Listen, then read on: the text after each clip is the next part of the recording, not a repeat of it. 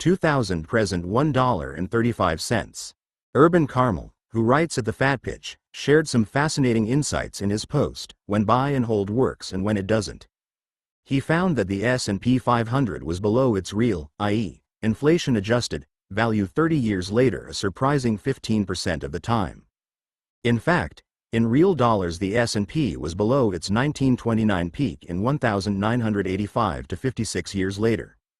Of course, this means that very long-term inflation-adjusted returns were positive 85% of the time, but this is small consolation if your entire investment lifetime is a period of low to negative growth.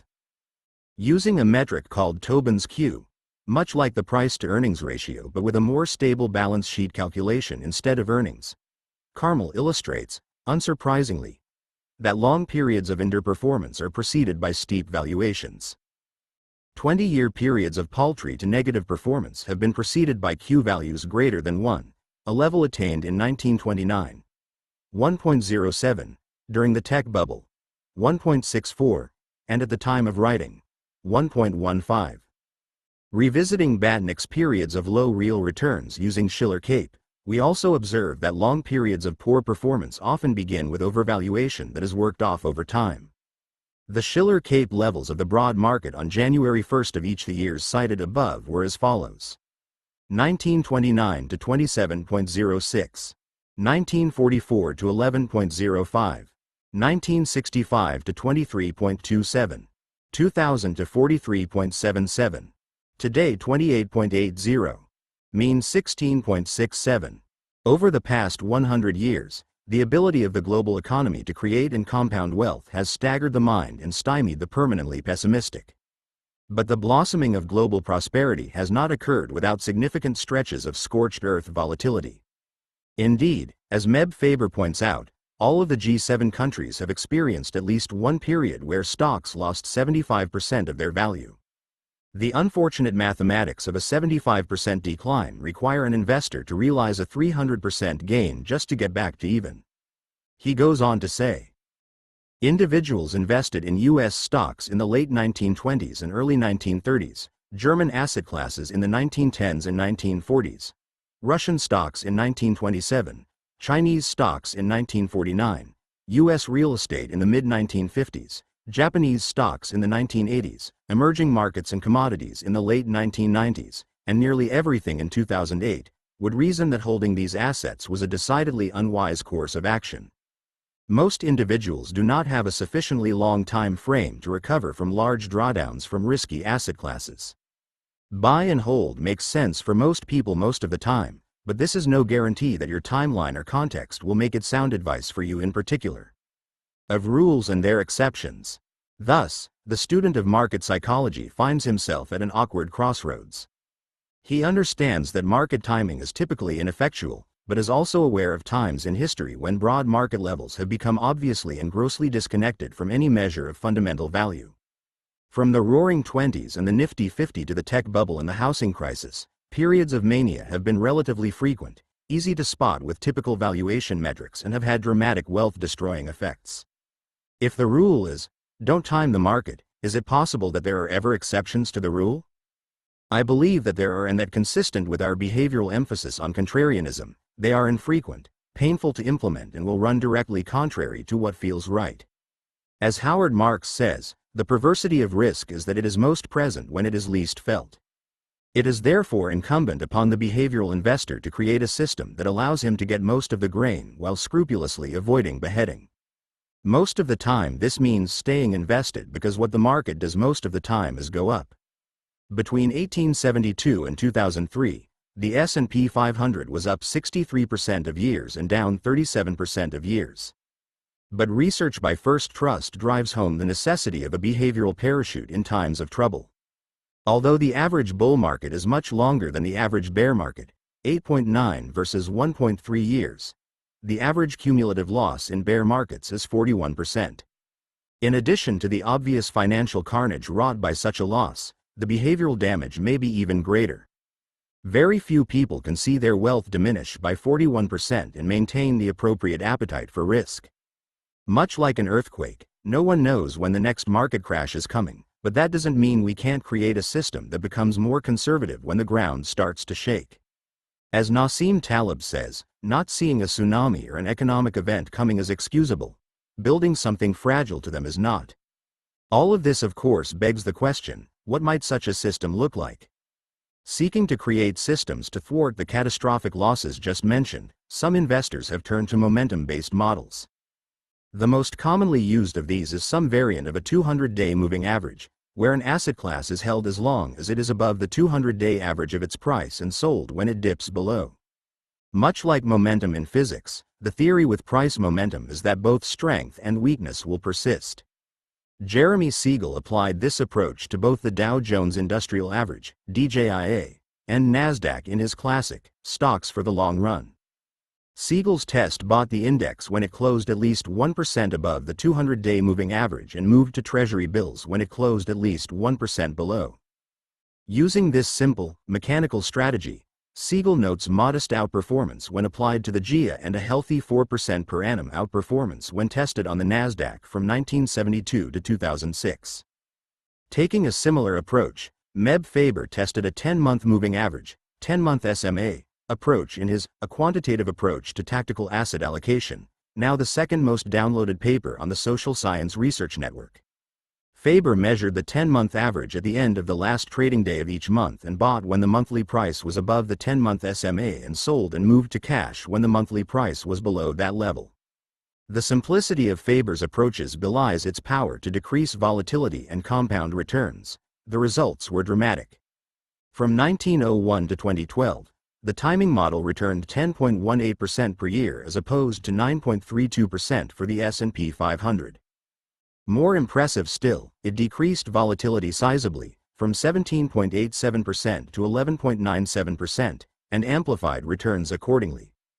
While $100 invested in the index became $2,163,361, the timing model yielded a final value of $5,205,587. Many investors, steeped in the buy and hold tradition, will find it irksome that I am suggesting that there are instances, however rare, when investors should seek safety and time the market. Many will point to the example of Warren Buffett, who has said repeatedly that his favorite holding period is forever, as someone assiduously averse to any form of market timing. However, Buffett's words are a classic case of, do as I say, not as I do. As Jesse Felder reported in 2017, at that moment Berkshire Hathaway was sitting on its largest pile of cash ever, over $50 billion, at a time when equity valuations were rivaled only by their tech wreck, Great Recession and Great Depression levels.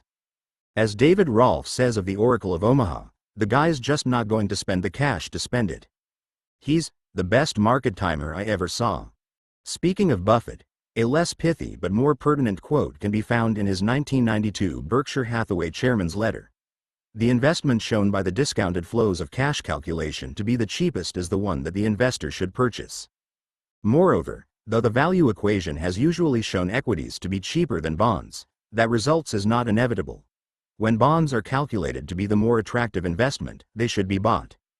The Oracle is not an all stocks all the time investor, but rather a thoughtful allocator who, let's face it, times the market.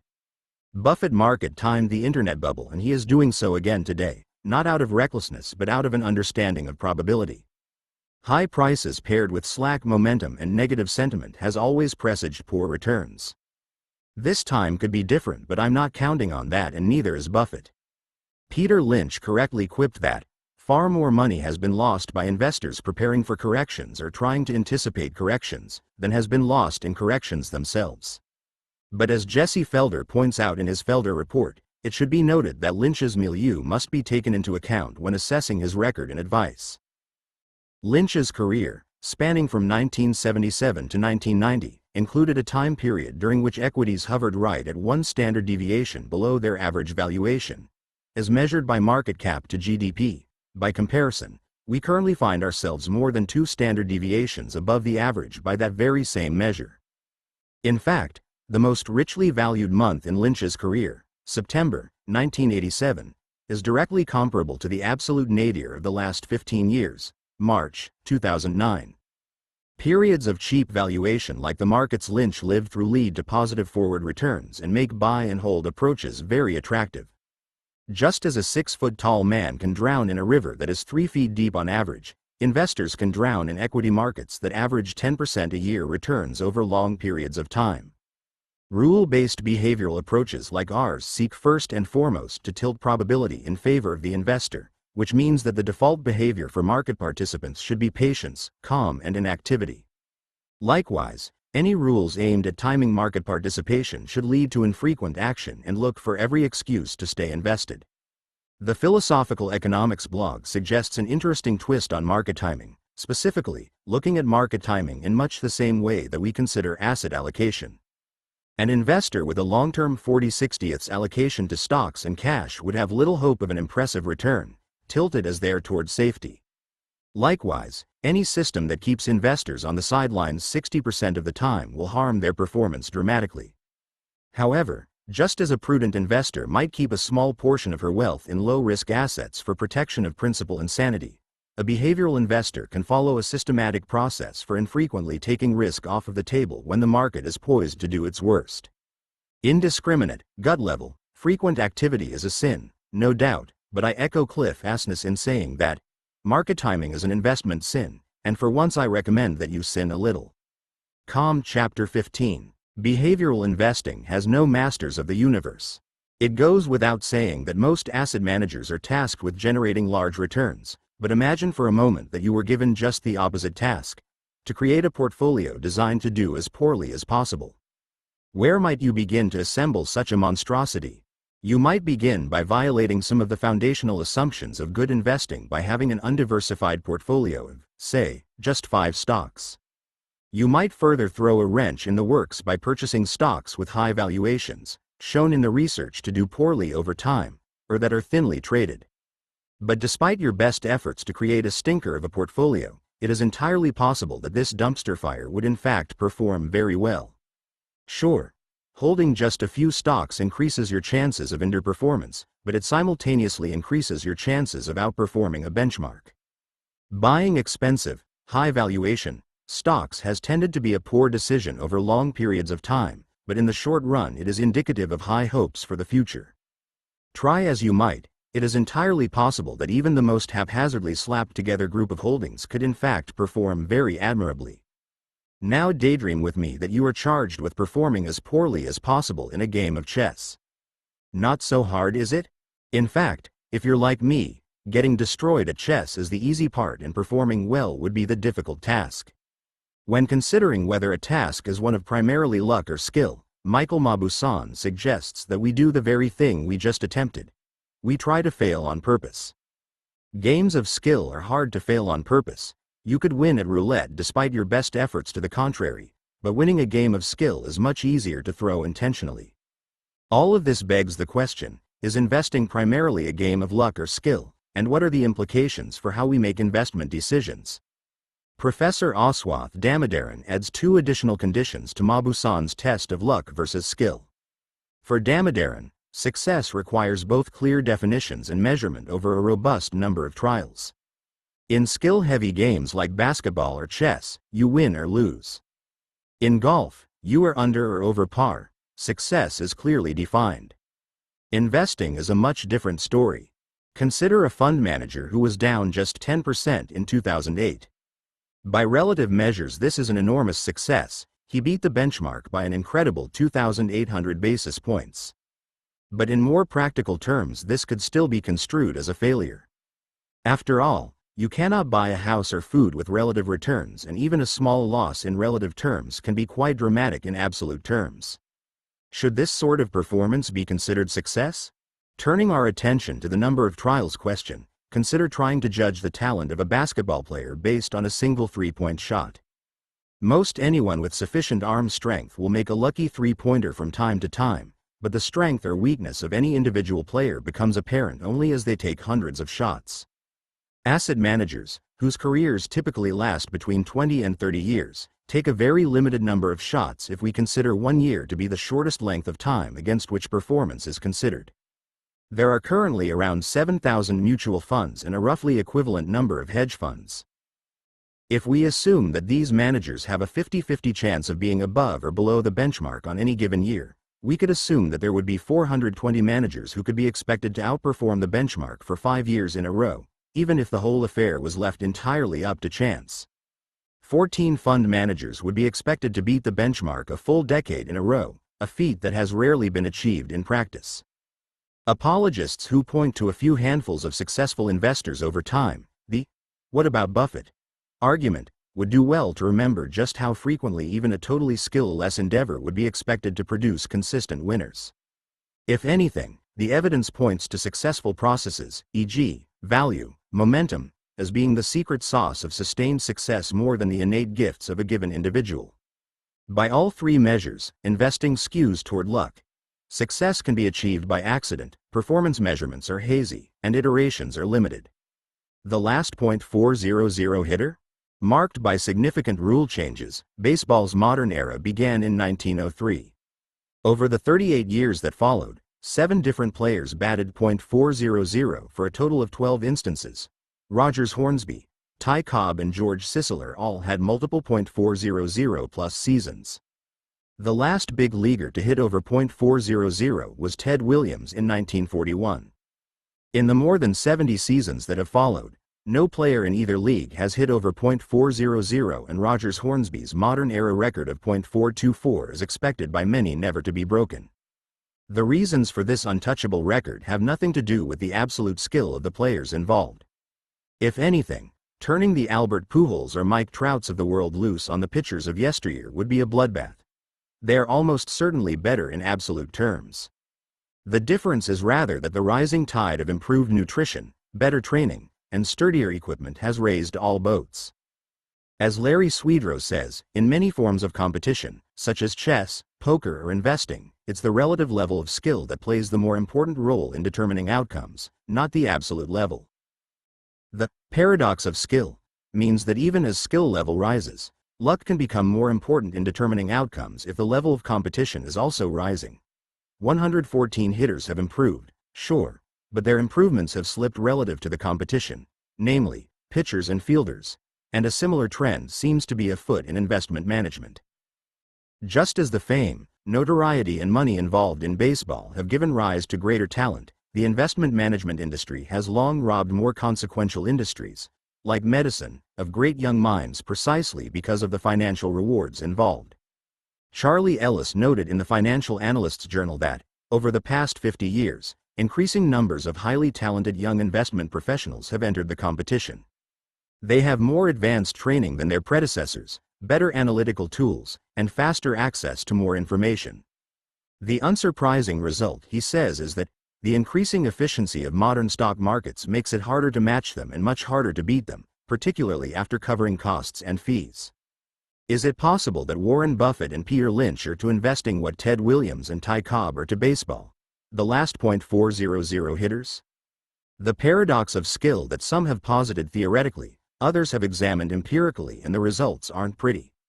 In Luck versus Skill in the Cross-Section of Mutual Fund Returns, Eugene Fama and Kenneth French report that there is only skill in the top 2 percentiles of managers they examined. Sebastian and Adelori, in their Conviction in Equity Investing, find that the percentage of managers delivering skill beyond fees and expenses has fallen from about 20% 2 decades ago to just 1.6% by 2011. Asked to summarize his work, Sebastian says that more than 98 of 100 institutionally oriented equity investment products of all styles spanning the globe have failed to add true value above fees and costs. Luck in skills clothing. The decline in fund managers that show skill is not entirely attributable to the influx of talented young Ivy Leaguers vying for Bentleys and yachts. Sadly, much of what is labeled skill-based active management today is not active at all. Closet indexing, as passive in active clothing is called, leaves investors with the worst of all possible worlds, high fees without meaningful differentiation, and the problem is more widespread than most imagine.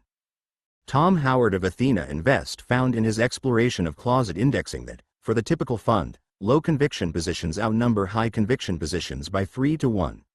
115 Dr. Wesley Gray of Alpha Architect found that just 8% of ETFs and 23% of mutual funds differed meaningfully from their benchmarks.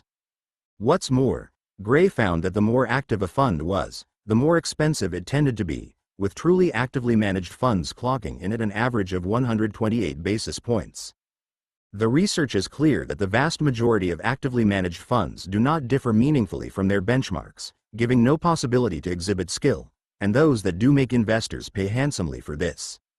This combination of high fees and/or low conviction almost ensures that a fund will look skill-less, even if there are skilled people on the team. Although there is more than a little luck involved in investing, research suggests that skill does exist, but can only be showcased when the manager has the guts to be different. In their 2009 paper, Martin Kremers and Antti Petahisto introduced the concept of active share, or how greatly a portfolio differed from the benchmark against which it was compared. They found that truly active managers, those with 60% or greater differentiation from their index, had outperformed historically, and that greater differentiation tended to lead to greater outperformance. In his 2013 update, Petahisto found that high active share portfolios outperformed dramatically from 1990 to 2009, and that these active funds had tended to hold up well during periods of crisis. As he notes, I found that the most active stock pickers have been able to add value to their investors, beating their benchmark indices by about 1.26% per year after all fees and expenses. We will begin to see more skill as we start to see more guts. Luck and its implications. Rounders is a 1998 movie starring John Malkovich, Edward Norton, Gretchen Mol and Matt Damon, which tells the story of a reformed gambler who must return to the world of high-stakes poker to relieve a friend of a debt. Spoiler alert. Lest John Malkovich relieve the friend of his life. In one of my favorite scenes in the movie, Mike McDermott, Damon, is trying to convince his partner, Mole, that poker is in fact a game of skill. In a heated moment he shouts, "Why do you think the same 5 guys make it to the final table of the World Series of Poker every year? What, are they the luckiest guys in Las Vegas? It's a skill game, Joe.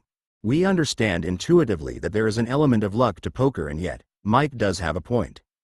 If the whole thing is all about chance, how is that the same people have such regular success?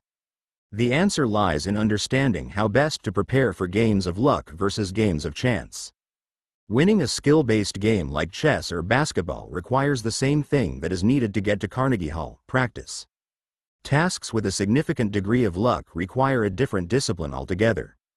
They are won, over multiple iterations, by obedience to a set of rules.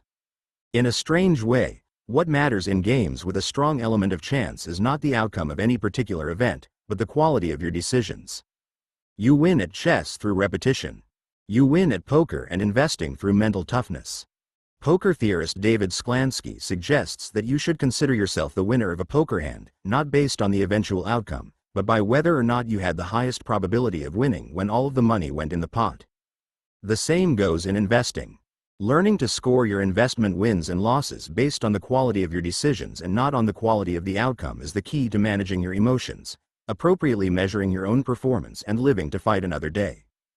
In his superb The Super Investors of Graham and Doddsville, Warren Buffett takes to task those who believe that the market is efficiently priced and that success within owes to sheer luck.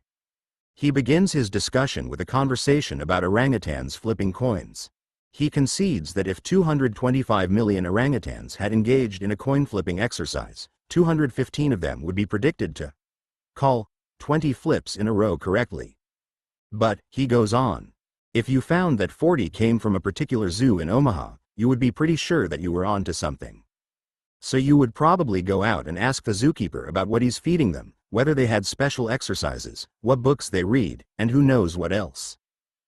That is, if you found any really extraordinary concentrations of success, you might want to see if you could identify concentrations of unusual characteristics that might be causal factors.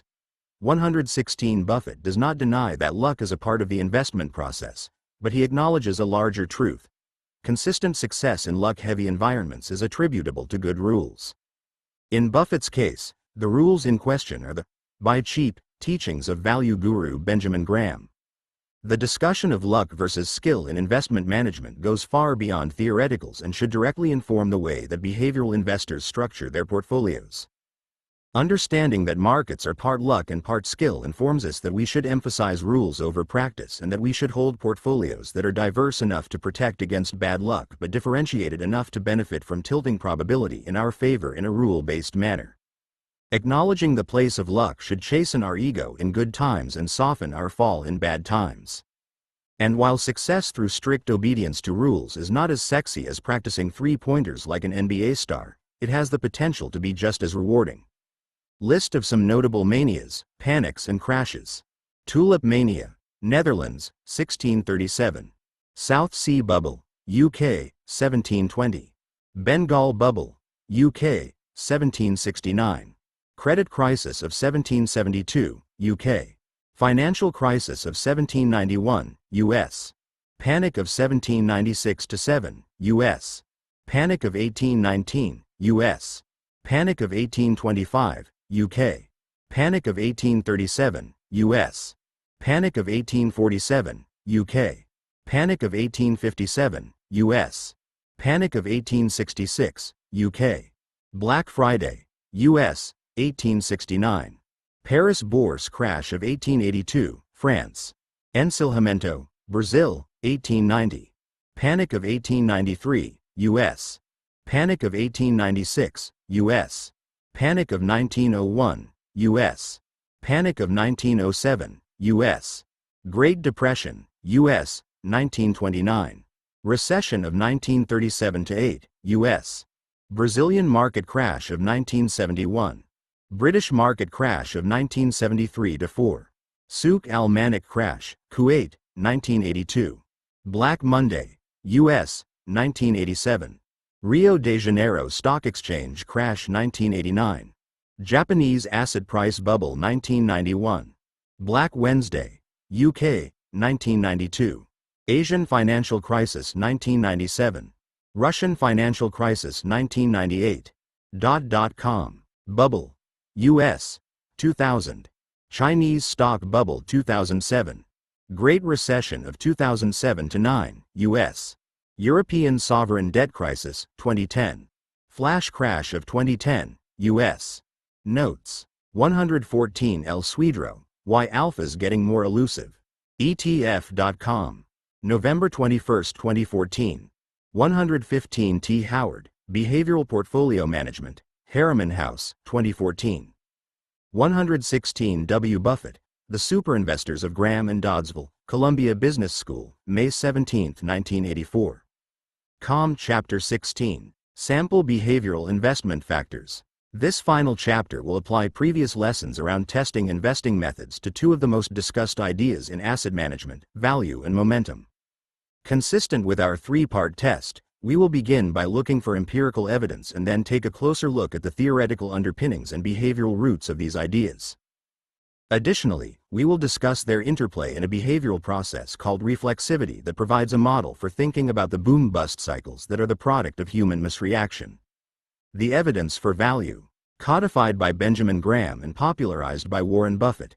Value investing is the practice of buying stocks believed to be trading at less than their intrinsic value. Basically, it's bargain shopping. Turning to our three determinants of an enduring factor, theoretically, it makes sense that paying less is preferable to paying more. Empirically, there is now over a century's worth of evidence data that value investing works. Lakonishok, Vishny and Schleifer examined the effect of price-to-book values on returns in contrarian investment, extrapolation and risk. They found that low price-to-book stocks, that is, value stocks, outperformed the high price-to-book glamour stocks 73% of the time over one-year periods, 90% of the time over three-year periods and 100% of the time over five-year periods. In Decile Portfolios of the NYSE, 1967 to 1985, Yale professor Roger Ibbotson ranked stocks by deciles according to price-to-earnings ratios and measured their performance from 1967 to 1985. Ibbotson found that the stocks in the cheapest decile outperformed those in the most expensive decile by over 600% and the average decile by over 200% over that time period. In a similar study, Eugene Fama and Kenneth French examined all non-financial stocks from 1963 to 1990 and divided them into deciles based on their price-to-book values. Over the period of their study, the least expensive stocks returned almost 3 times as much as the most expensive. One of the most exhaustive examinations of the various value factors was conducted by James P. O'Shaughnessy in his excellent read, What Works on Wall Street. O'Shaughnessy used the now familiar methodology of dividing stocks into deciles and observing returns from 1963 to the end of 2009.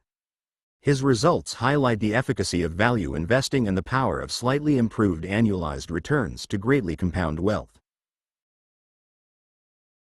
Looking at price-to-earnings (PE) ratios, he found that the cheapest decile of stocks with respect to PE ratios turned $10,000 into $10,202,345 for a compound rate of return of 16.25% per year. Compare that to the index return of 11.22% that would have turned that same $10,000 into a mere $1,329,513. Buying cheap stocks would have made you $9 million more and done so with less volatility, defying the efficient market notion that more risk is required for great returns. 117 But what of the most expensive decile of stocks, the glamour names? The highest decile of P/E ratios turned $10,000 into $118,820 by 2009, over $1 million less than the index and $10 million less than buying the despised value stocks. These numbers illustrate dramatically the words of Warren Buffett. You pay a very high price in the stock market for a cheery consensus. Uncertainty is actually the friend of the buyer of long-term values. 118 I could go on, but I imagine my point has been well and truly proven by now. Value stocks tend to provide greater returns with lower volatility and incredible consistency. What's not to like? A lot, as it turns out from a psychological perspective, which is why value investing has endured and is likely to continue to endure as an investable factor. The psychology of value investing. To illustrate the behavioral roots of value investing, let us turn our attention to, of all places, the pineapple. As described in the School of Life's Why We Hate Cheap Things presentation, Christopher Columbus was the first European to taste the pineapple, and he was immediately taken with its odd form and acidic sweetness. Columbus tried to transport some of these spiky treasures back to the Old World, but they proved hard to ship, which made them exceedingly rare. Accordingly, in Columbus's time a single pineapple cost roughly $5,000. Rare and precious as they were, they began to be fetishized by royalty. Catherine the Great and Charles II were both noted pineapple boosters, but their enthusiasm was unrivaled by the 4th Earl of Dunmore, who had a temple constructed to honor the fruit. By the 19th century, though, things were beginning to change. Large pineapple farms now existed on Hawaii, and improvements in transportation technology now made it far easier to transport pineapples. As pineapples become more ubiquitous, they began to be ignored, and now sell for about $1.50.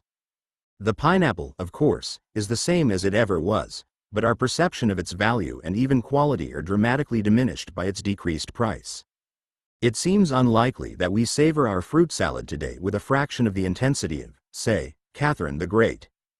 The story of the pineapple demonstrates the close link between price and perceived worth, an idea that was proven artfully by the work of a horizontal wine tasting conducted by Stanford professor Baba Shiv. Shiv had participants lie on their backs in an fMRI machine and gave them carefully titrated doses of wine, each with an accompanying price tag. He then measured the brain activity of the participants as they sipped each of the wines, looking for a relationship between price and cerebral processing. Specifically, Shiv wanted to examine the part of the brain, the ventral medial prefrontal cortex, that we know codes for pleasure. Sure enough, participants showed more activity in the pleasure centers of the brain when they thought they were drinking $90 wine versus $10 wine. The only problem was that it was all $10 wine. The participants were given the same wine in each condition, meaning the differences in pleasurable brain activity were attributable directly to perceived differences in price rather than the quality of the wine itself.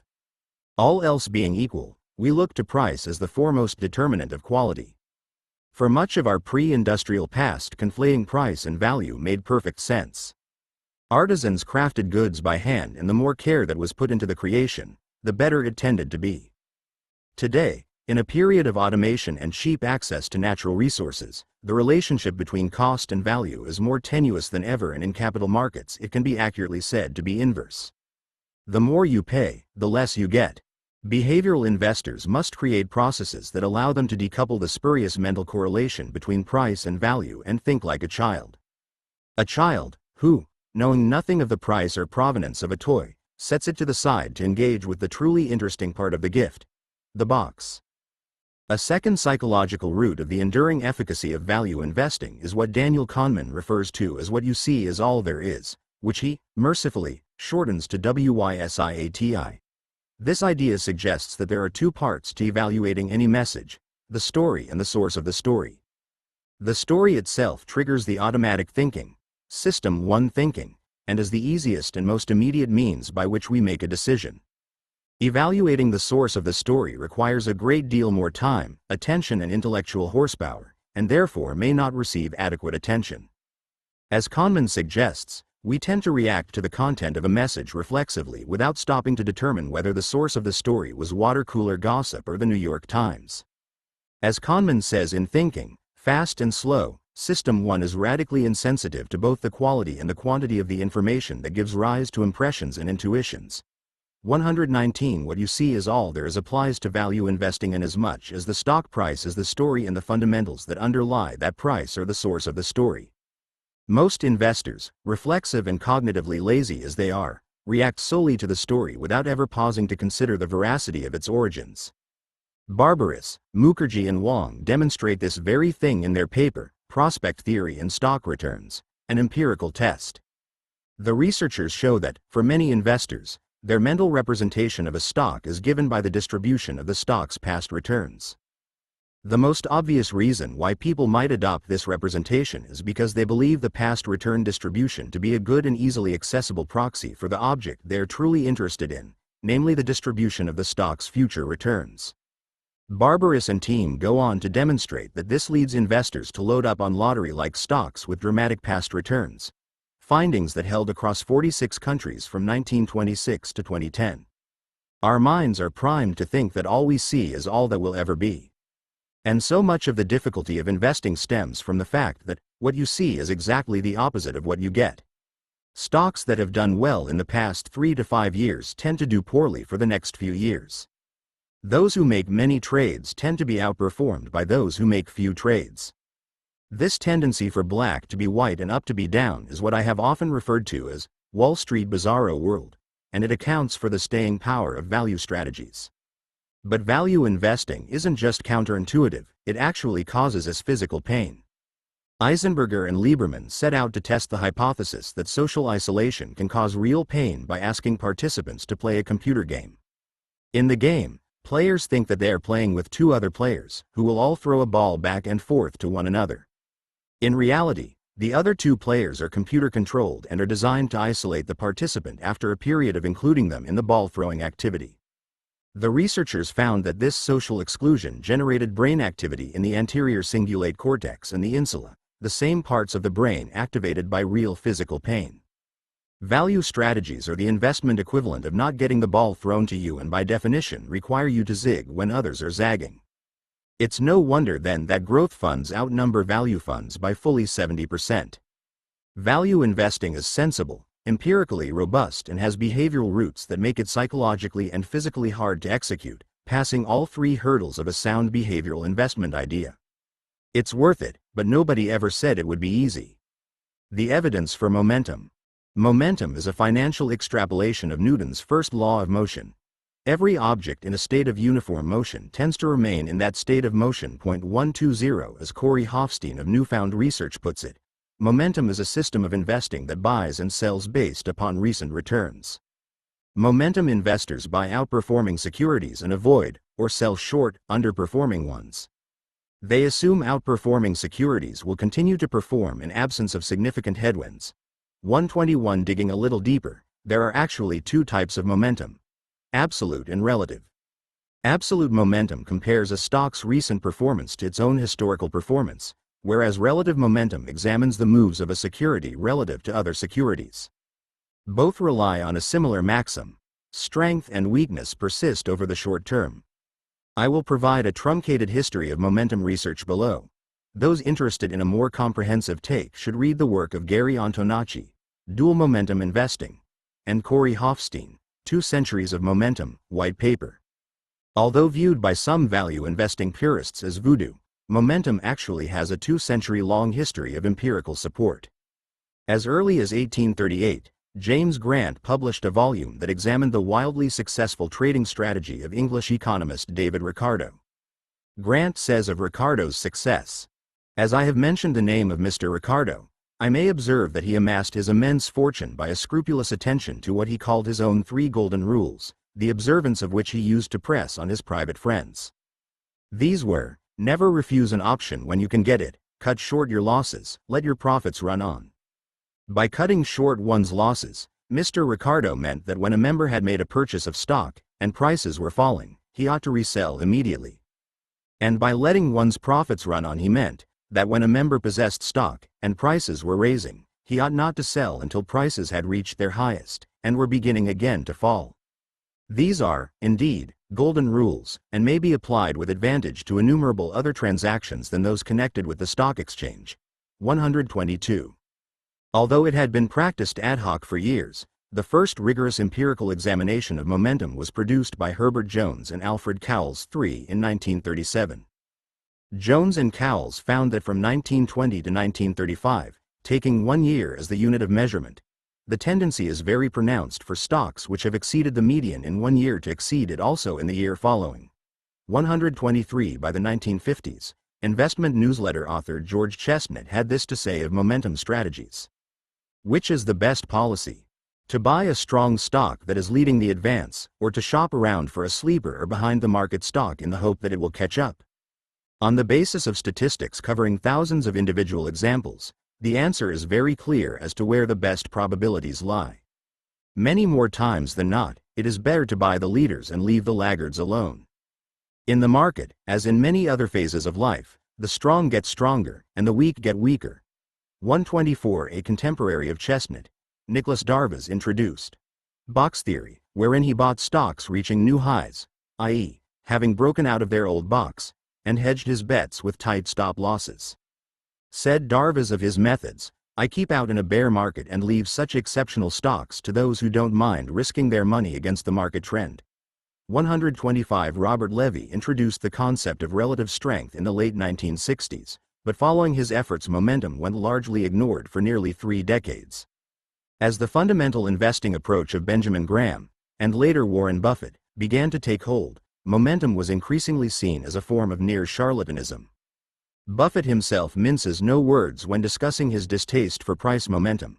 "I always find it extraordinary that so many studies are made of price and volume behavior, the stuff of chartists. Can you imagine buying an entire business simply because the price of the business had been marked up substantially last week and the week before?" 126. In more recent years, momentum has seen an increase in acceptance among theorists, because whatever mortal quirks may drive its presence, its persistence and pervasiveness are undeniable. In Returns to Buying Winners and Selling Losers, Implications for Stock Market Efficiency, by Jagadish and Tidman, we see that from 1965 through 1989, winning stocks continued to outperform losing stocks on average over the next 6 to 12 months. And the size of the outperformance was sizable, 1% per month, even after adjusting for return differences owing to other risk factors. 127. Indeed, the effects of momentum tend to be pervasive and not limited with respect to market, place or time. Chris Jexy and Mikhail Samonov conducted what is affectionately referred to as the world's longest backtest, and found that momentum effects have persisted in the U.S. since 1801. 128. Momentum signals have worked well in the UK since the Victorian Age, Chabot, Gassells and Jagannathan, 2009, and have proven their power and persistence across 40 countries and more than a dozen asset classes. 129. So deep-seated are our psychological tendencies toward momentum that the momentum premium has been a part of markets since their very existence, well before researchers studied them as a science. To put it mildly, it seems as though the empirical proof condition of the 3-part test is met. Next, let's examine the reasons why momentum exists and whether or not those reasons are behavioral at heart. The psychology of momentum. It is an innate tendency of humankind to project the present state of things into the future indefinitely. In so doing, we create one of the most important and exploitable market anomalies, momentum. Most academic theories posit a direct, linear relationship between risk and reward. Want a bigger return? Take a riskier bet. But both Jagadish and Tidman, 1993, and Fama and French, through their 3-factor model, found no evidence of a risk-based explanation of the momentum effect. Essentially, momentum defied the laws of financial physics and offered greater reward with no additional risk. In the absence of risk-based explanations for its outperformance, researchers have turned to behavior as the best possible descriptor of why momentum effects occur. Daniel, Hirschleifer and Subramaniam propose two behavioral patterns, self-attribution and overconfidence, as the likely genesis of momentum effects. Overconfidence is intuitive enough, but to understand self-attribution, think of being in traffic. If you accidentally cut someone else off during your morning commute, you're likely to ascribe that behavior to an honest mistake or not being fully caffeinated yet. However, when you are cut off by someone else, it's unlikely that you are so gracious and contextual in your assumptions about their behavior. We tend to ascribe our own successes and blame our failings on externalities, whereas we are quick to ascribe others' failings to permanent personal characteristics. I cut you off because I haven't had my coffee, you cut me off because you're a bad person. Investors are generally overconfident about their skill and sources of information, and when, for reasons of luck or skill, their bets pay off in the form of rising prices, that overconfidence is further bolstered. This overconfidence becomes paired with self-attribution in the sense that investors attribute the rising prices to their own stock-picking genius and not some combination of luck and skill, which is more likely the truth. This cycle of overconfidence and self-congratulations leads rising prices to keep rising. Markets that move against the investor's initial thesis are of course dismissed as so much bad luck, leaving the ego and tendency to self-congratulate very much intact for the next bit of good luck. Other theorists propose different reasons for momentum effects, but still put behavior in the driver's seat. Edwards, 1968, as well as Tversky and Kahneman, 1974, suggest that the responsible behaviors are anchoring and insufficient adjustment. Anchoring can best be understood by contemplating the words of the dandruff commercial that, "You never get a second chance to make a first impression." When you meet someone new, you begin forming opinions of them within seconds. These first impressions, or anchors, then set the guardrails within which future impressions tend to fall. If you meet someone and find them affable and kind, affability and kindness will be what you will assume from them in the future. Likewise, investors anchor on the current price and trajectory of a stock and project a similar trajectory into the future without end.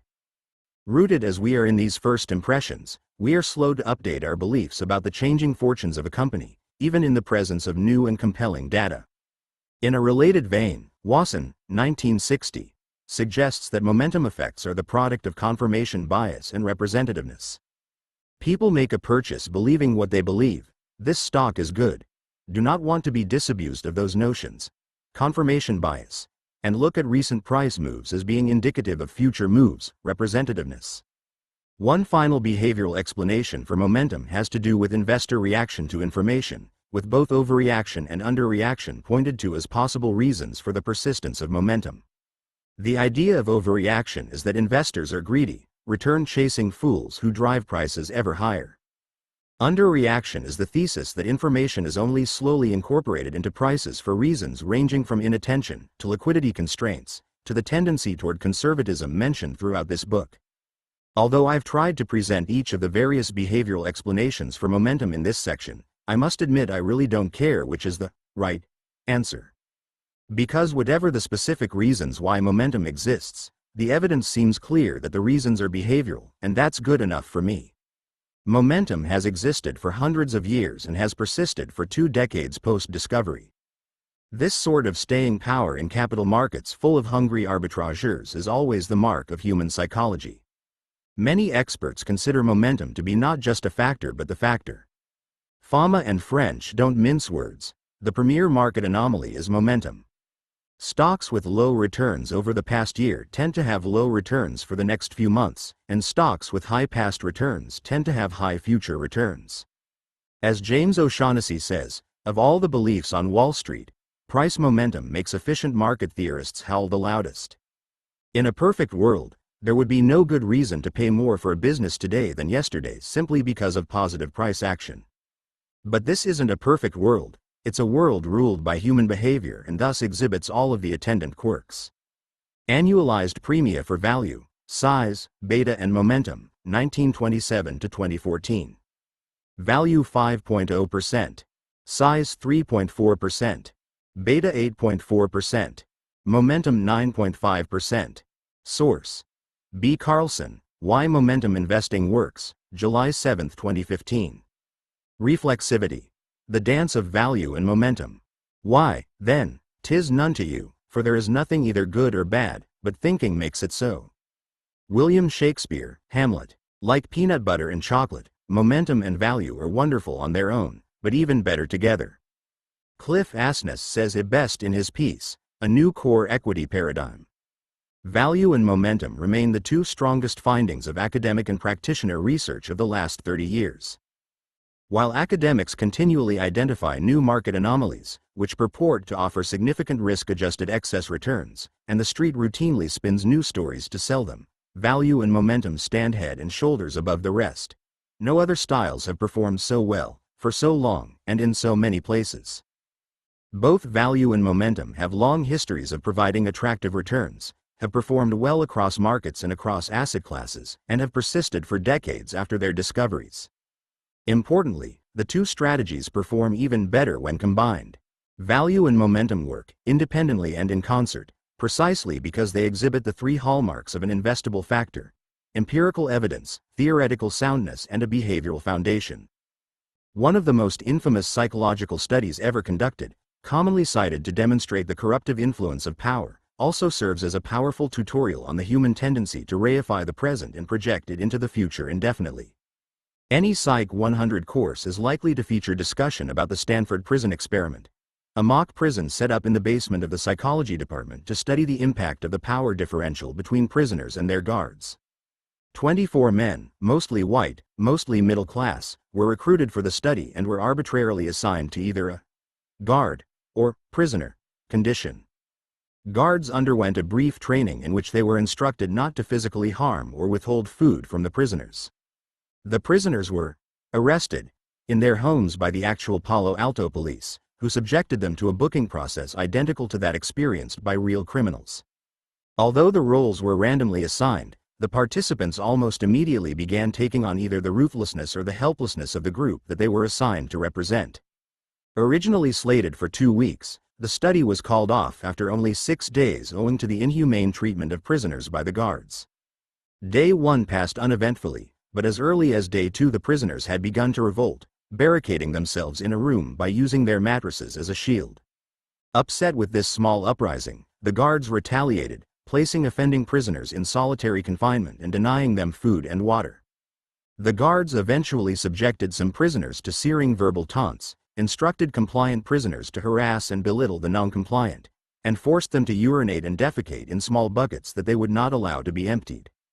Philip Zimbardo, the psychologist overseeing the study, became so enthralled by the interactions that he was impervious to the ill treatment the prisoners were receiving. It was only when his then girlfriend, now wife, Christina Maslick came by to interview some of the subjects that she pointed out the horrors being perpetrated and encouraged Zimbardo to shut down the experiment. The positive feedback loop that Zimbardo experienced behaviorally occurs everywhere, from financial markets to marriages to nature, and can be defined as an event that is amplified by the very event that gave rise to it. Chemical reactions cause heat that catalyzes further reactions. One cow moving causes 3 cows to move, which causes a stampede. Ponzi schemes are better able to attract new victims as they grow and have an increased ability to make false payments. Zimbardo set the loop in motion by assigning status to the guards and prisoners, who then began to engage in guard-like and prisoner-like behavior, which further enhanced the reality of the whole enterprise. It is by virtue of just such a feedback loop that a Stanford freshman could be turned into a profane, screaming guard forcing a classmate to sleep near his own feces in just under a week. But nothing lasts forever, and even the most virulent feedback loop eventually folds in on itself. Donella Meadows says it best: positive feedback loops are sources of growth, explosion, erosion, and collapse in systems. A system with an unchecked positive loop ultimately will destroy itself. That's why there are so few of them. Usually a negative loop will kick in sooner or later. Eventually, the excesses of a feedback loop become its very undoing and the whole process begins again in reverse. Capital markets, driven by the same human actors that arbitrarily dehumanize their peers, are nothing more than a series of positive and negative feedback loops careening toward and away from the mythical notion of fair value. This circular relationship between cause and effect is known as reflexivity. George Soros, who has written most lucidly about this concept, states that two conditions must be present for reflexive markets to exist. 1. Thinking participants whose view of the world is partial and distorted. 2. These distorted views can become self-reinforcing. We have discussed at length the sociological, physiological, neurological and psychological distortions to which market participants are prone in our discussions of momentum, and WISIATI give ample evidence that belief can be self-reinforcing. Both conditions are abundantly met, resulting in a market that is episodically inefficient with an overarching pull towards efficiency. The market is both never fully efficient and always crashing toward efficiency. The misunderstanding of this notion is the root cause of most disagreements among the various schools of thought and the source of bad policy around money management. Hardcore passive management enthusiasts overemphasize the overarching pull toward efficiency and mistake the general trend for the gospel truth. In so doing, they overlook valuable opportunities for return enhancement that are available to behavioral investors. Advocates for traditional active management are quick to point out the behavioral anomalies present in the market but mistake the occasional presence of inefficiencies with the ability to spot and appropriately act on them in real time. The two conditions of market efficiency, the price is always right and no free lunch, don't hang together as some active managers would like to believe. Markets can fluctuate wildly from true value, but it can still be very difficult to beat the market. A true understanding of the reflexive nature of markets requires a healthy respect for their overall bent towards efficiency with a rules-based system for capitalizing on hints of inefficiency. Nothing else will do. Returning to our two conditions of reflexivity, imperfect views that are self-reinforcing, it becomes easy to see how a feedback loop is set in motion. To catalyze the whole process, we need some bit of news or information to which people can react. The Fed, which releases 45,000 pieces of economic data each month, and the 24/7 financial news outlets, are happy to oblige here. That information is taken in by market participants, each with their own subjective experience born of cultural, psychological and experiential differences. The sense that is made of this information as it passes through our subjective meat grinder is necessarily partial and imperfect, nicely fulfilling the first of Soros' conditions. This information, having now been processed, is acted upon in ways that can often become self-reinforcing. Take Amazon, AMZN, for example. Amazon had its initial public offering, IPO, in 1997, billed as the world's biggest bookstore. The nascent company offered the prospect of disrupting a stodgy old industry and received an avalanche of great press as a result. That good press has resulted in attractive gains for the stock that has gone from $18 per share to over $1,000 per share in just about 20 years. Along the way, the soaring market cap, bolstered by positive beliefs, has provided a number of real benefits. Amazon's success has allowed them to fund further growth at remarkably low financing costs.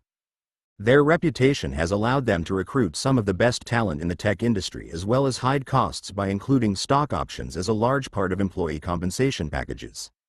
This is not to suggest that Amazon, who I truly believe to be a once-in-a-generation brand, is all hype. Rather, it is to demonstrate how early positive or negative beliefs about a company can produce economic realities that bring about the very thing imagined. Amazon's success is absolutely a result of hard work, great talent, and product innovation, but that process has been greatly abetted by the subjective belief that it was bound to happen. A similar feedback loop can be initiated, often more violently, when news is bad. The 1973 oil crisis resulted in rumors that toilet paper would be in short supply. These rumors led to subsequent runs on the grocery store where fearful citizens stocked up. This led to, you guessed it, an actual shortage of toilet paper that was wholly a consequence of perception. More consequentially, this was evident in the housing crisis of the late 2000s.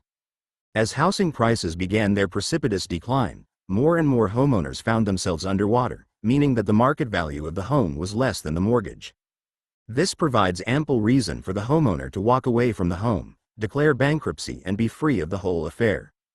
Walking away means that homes are not taken care of and causes a glut of supply, both of which decrease prices and cause further walking away. Banks, on whose balance sheets the mortgages reside, are then undercapitalized and unable to lend to stimulate further economic growth. This lack of capital influx causes higher unemployment, which leads to an ability to meet a mortgage note, and the whole mess starts anew. Reflexive processes begin with a kernel of truth, e.g., Amazon is going to change the way that books are sold. That is filtered through a subjective lens that leads to self-reinforcing feedback loops. These loops persist for a season, until a new bit of subjectively interpreted information sends them off, often in the other direction. While efficient market theorists, convinced that the price is as right as it will ever be, suggest buying the whole market, and efficient market critics seek to purchase stocks that have become disconnected from fair value, behavioral investors take a middle path, understanding that the question is not, is the price right, but, where is the price headed? When considered from a behavioral perspective, the price is never right but is often not wrong enough to be predictable. By combining value, momentum, and an understanding of reflexive processes, the behavioral investor seeks to invest in a basket of stocks that imperfect subjective appraisal has unfairly punished, but that a positive feedback loop will soon reward with a push toward fair value. Imagining a reflexive process as a trip, value is the distance to be traveled and momentum is the speed at which the journey will take place. Combining value and momentum is the investment equivalent of a cross-country bullet train that covers a great deal of ground in the shortest amount of time possible. Financial markets are forever headed toward true value without ever quite arriving. Money management approaches that doggedly insist on adherence to bottom-up fundamentals will be undone by long periods during which emotion trumps logic. Conversely, those who emphasize market aberrations fail to realize that the market is mostly right most of the time. A behaviorally informed approach embraces the reflexive reality of markets by emphasizing fundamentals and trends in tandem. Reflexivity in nature. Feedback loops occur in nature and provide a useful means for thinking about the give and take of financial markets. Consider the evolutionary arms race between nectarivorous birds and the plants that support them. The birds, like hummingbirds, evolve long beaks to gain access to the life-giving nectar in flowers. The flowers, for their part, evolve longer and longer trumpet-like shapes to prevent the birds from accessing the nectar. The bird in turn develops a longer beak and the cycle continues. This dynamism is also present in financial markets that resist cheap characterizations of being either totally efficient or grossly inefficient. Notes. 117 J.P. O'Shaughnessy, What Works on Wall Street, McGraw-Hill, 2011, page 85. 118 Luann Lofton, Warren Buffett Invests Like a Girl. And Why You Should, too. Harper Business, 2012, page 71. 119 D. Kahneman, Thinking, Fast and Slow, page 86. 120 G. Antonacci, Dual Momentum Investing, An Innovative Strategy for Higher Returns with Lower Risk, McGraw-Hill, 2014, page 13. 121 C. Hofstein, 2 Centuries of Momentum, Newfound Research.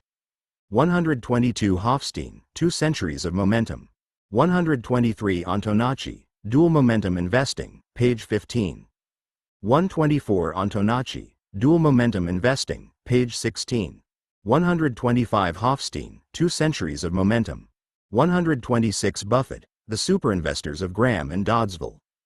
127 N. Jagadish and S. Tidman, Returns to Buying Winners and Selling Losers, Implications for Stock Market Efficiency, The Journal of Finance 48-1, March 1993, pp. 65-91. 128 C. Jeksy and M. Samanov, 2 Centuries of Price Return Momentum, Financial Analysts Journal 72-5. September, October 2016. 129 C. S. Asness, Afratsini, R. Israel and T. J. Moskowitz, Fact, Fiction and Momentum Investing, Journal of Portfolio Management, Fall 2014. Calm Epilogue.